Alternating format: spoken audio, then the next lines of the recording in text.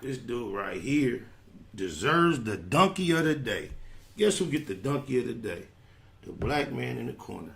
On my mama, up there to the left side of the picture, the top corner. He deserves the donkey today because this clip, I'm gonna need y'all to go check it out and hear the whole commentary. But I'm gonna let y'all just hear a little bit. It's actually video. I don't want to play the video because I'm pretty sure something like this get flagged. So I'm just gonna play y'all a little of the audio and then give y'all my thoughts on this dude's conversation. Keep in mind, this is not the beginning, and he's speaking about Kearney. For y'all don't know, Kearney is Corny Curtis Jackson, so we just call him Kearney, Miss Kearney. And he's talking about Kearney expressing that he used to love his son, his firstborn son. And this dude has become a figure of logic, intelligence, quality, character, integrity. If I said integrity twice, I apologize. But he's just become a face of what's celebrated about black people in the forefront, entertainers. And this is his take on Kearney saying he used to love his son. I'm gonna just give you a bit of it. On my mama. Give me a second. Bam. You know, God forbid, because I want everybody to have kids with the person they plan to marry. But if he does have a baby's mother one day, he gonna understand. The baby mother puts him on that kind of pressure, under that kind of pressure. I think he'll understand.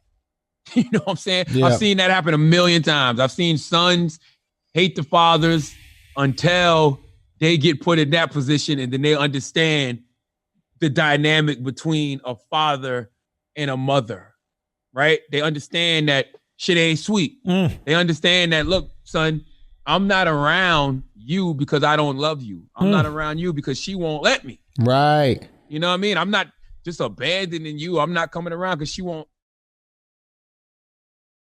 That's all I could take. He went on, and prior to that point in the conversation, he really played himself by really laying out the scenario with Kearney and Marquise. Salute to the youngster. What up, nephew? On my mama, it's crazy that Kearney can spend all his time articulating his issues with anybody in the world, that he has the feeling that he actually was in the right. He could spend hours describing how the other person violated, what's wrong with him, and why their relationship is at ends. Every time he's asked about his firstborn seed, he has nothing to say. He cannot articulate anything.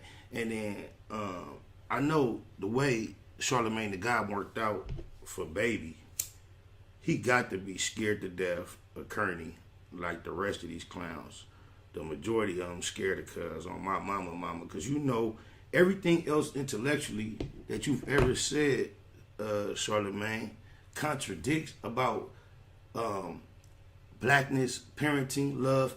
Even in that conversation, he went on to contradict himself to say how you never stop loving your child. But he gave Curtis all these unmentioned by Kearney excuses as to why possibly this could be okay for him to reach this conclusion. On my mama, talking about, oh, I'm not here. It's not even about I'm not being here because your mama can't. First of all, we talking about a grown man. His mama can't stop you from nothing.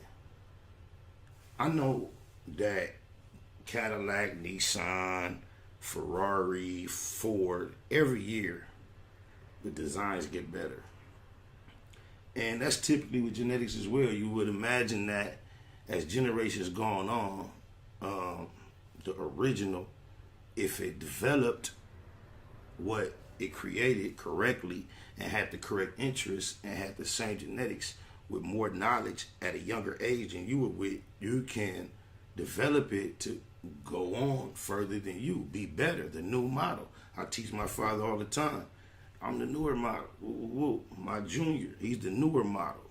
And I look at him with the potential possibility to go further. And he talking about how can you, he said he used to love his son. You can never, I've never had perfect relationships with any of my children's mother. And I have 6 children. And when you loving on your kids right, bro, on my mama, ain't nothing a woman in the world can tell them to come between that. Especially when you got $1 million plus. On my mama.